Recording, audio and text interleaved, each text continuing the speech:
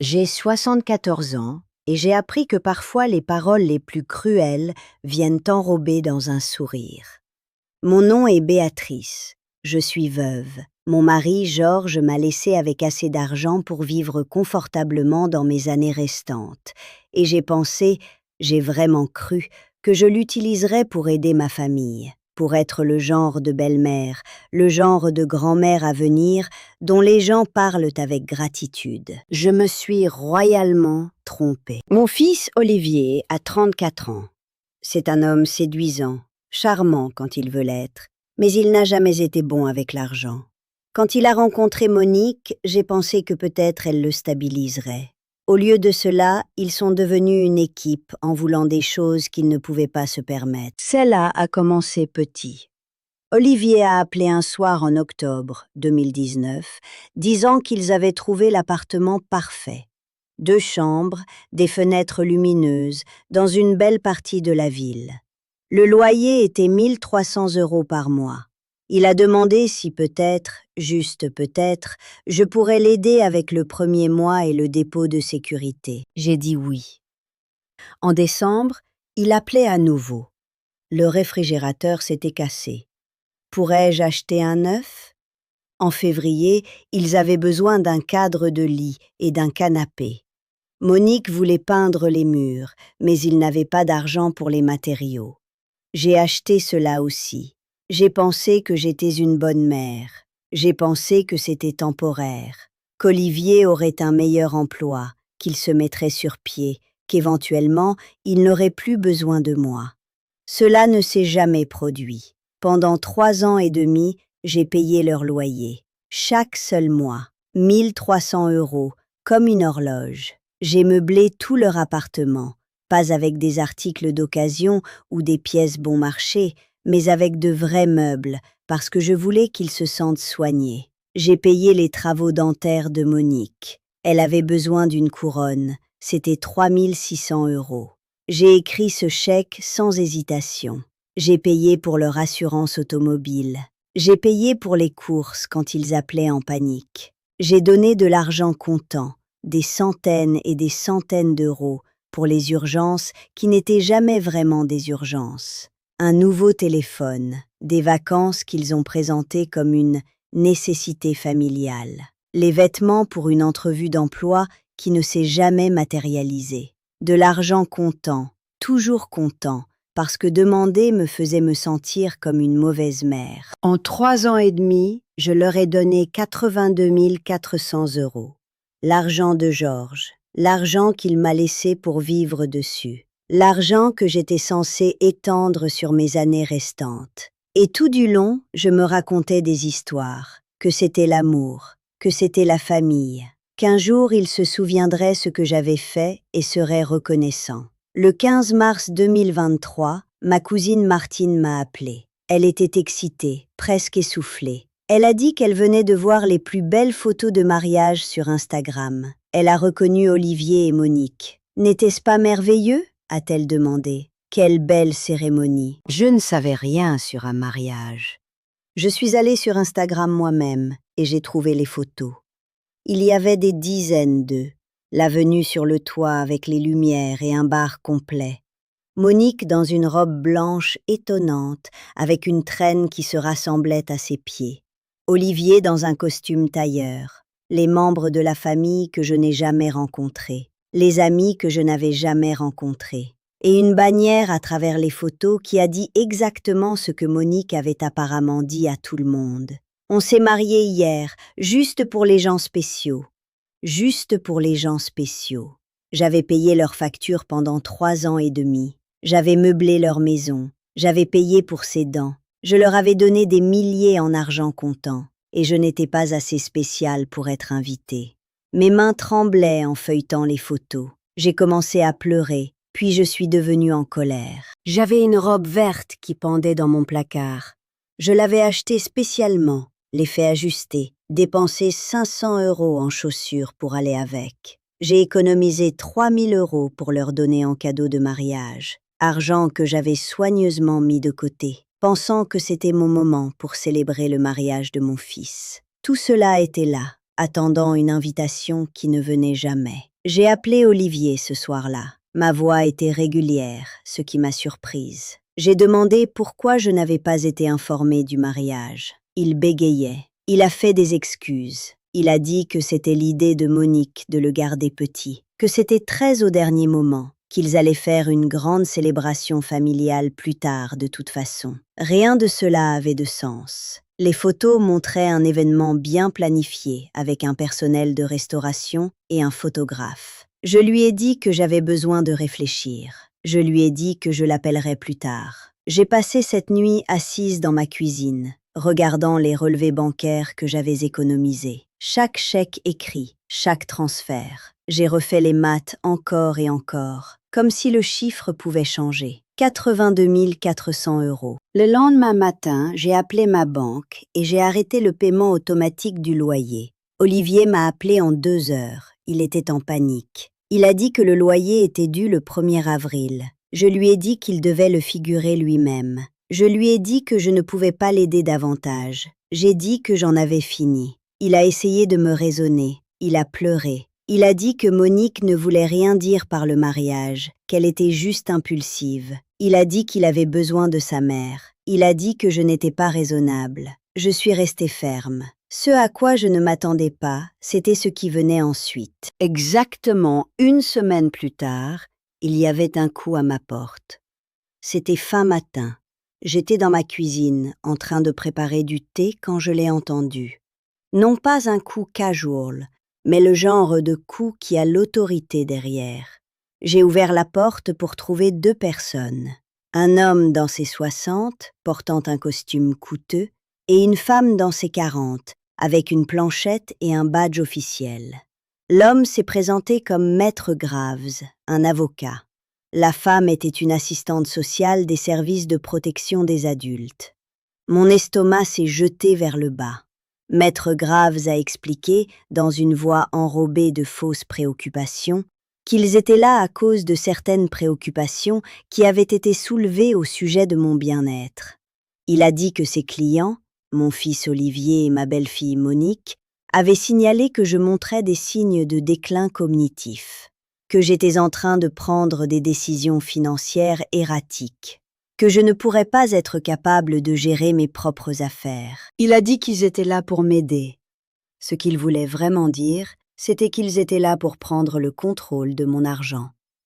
Il a produit un document, un formulaire de procuration. Il a expliqué que si j'étais de le signer, Olivier aurait le droit légal de prendre toutes mes décisions financières, décisions de santé, tout. Maître Graves a dit que ce serait me protéger, dit que ce serait mieux pour mon propre bien. Je l'ai regardé. J'ai regardé l'assistante sociale. Et quelque chose en moi, une partie qui avait été enseignée à ne jamais faire de bruit, à ne jamais questionner l'autorité, à ne jamais dire non, cette partie s'est brisée. Non, ai-je dit, je ne signe rien, et j'aimerais que tu quittes ma maison. Le visage de Maître Grave s'est rougi. L'assistante sociale a commencé à dire quelque chose sur la façon dont je pourrais vivre le déni, un symptôme commun de déficience cognitive. Je leur ai tous dit de partir. Ils sont partis, mais pas avant que Maître Grave s'assure que je comprenais qu'ils reviendraient, que je n'avais pas entendu la fin de cela, que je devais reconsidérer. Cette nuit-là, je n'ai pas dormi. Le lendemain matin, j'ai appelé un avocat de mon propre, une vraie. Une femme nommée Patricia qui s'était spécialisée dans le droit des aînés. Je lui ai raconté tout, l'argent, le mariage, la visite inattendue, l'intimidation. Patricia a écouté attentivement, puis elle m'a dit quelque chose qui m'a gelé le sang. Elle a dit que Maître Grave avait été discipliné avant. Des années auparavant, il y avait eu des plaintes de 6 différents clients âgés. Il les avait poussés à signer une procuration sous le prétexte de les protéger. Certains de ces cas étaient allés au tribunal. Patricia a dit que ces méthodes étaient prédatrices. « A-t-il mentionné quelque chose sur toi étant incompétent ?» a demandé Patricia. « Oui, il l'a impliqué. C'est son playbook, a-t-elle dit. L'objectif est de te faire douter, de te faire te sentir comme tu perds le contrôle. C'est quand les gens signent des documents qu'ils ne devraient pas signer. Patricia m'a dit de documenter tout. Elle a dit que s'ils revenaient, je devrais refuser de les laisser entrer. Elle a dit de garder un enregistrement de chaque interaction. J'ai raccroché et je me suis lancée dans l'action. J'ai passé les 3 jours suivants en créant un classeur. Chaque relevé bancaire des 4 années passées, chaque chèque écrit, les reçus pour les meubles, pour les travaux dentaires, pour tout. J'ai imprimé les photos Instagram du mariage, celles qui ont prouvé qu'ils avaient planifié un événement significatif pendant qu'ils ne me disaient rien. J'ai pris des captures d'écran de chaque message texte où Olivier avait demandé de l'argent, où il avait affirmé la pauvreté alors que je finançais leur vie. J'ai noté les dates et les heures. J'ai documenté ma santé physique. Je suis allée à mon médecin et j'ai reçu un bilan de santé, incluant une évaluation de compétences mentales. J'ai fait mettre cela par écrit. J'ai changé les verrous sur ma maison. J'ai installé des caméras de sécurité sur mon Porsche avant. J'ai ouvert de nouveaux comptes bancaires qu'Olivier ne connaissait pas, transférant mes actifs restants là. Et je me suis préparée pour la guerre. Ils sont revenus exactement 3 semaines plus tard. Maître Grave et une autre femme, une assistante sociale différente cette fois. J'ai ouvert la porte, mais seulement assez pour me glisser à travers, me tenant sur mon Porsche et fermant la porte derrière moi. Je lui ai dit Maître Grave avait un avocat et que toute communication future devait passer par elle. J'avais sa carte de visite prête et je la lui ai donnée. Je lui ai dit que je ne les laissais pas dans ma maison et que ma réponse restait non. La nouvelle assistante sociale avait l'air mal à l'aise. Elle a dit qu'elle devait évaluer ma situation de vie. Je lui ai dit qu'elle pouvait voir ma maison depuis la rue et c'était aussi proche qu'elle obtenait. Ce qui s'est passé ensuite a surpris tout le monde. L'assistante sociale a demandé si je serais disposée à assister à une réunion formelle, juste les 3 d'entre nous et mon avocat, pour discuter des préoccupations.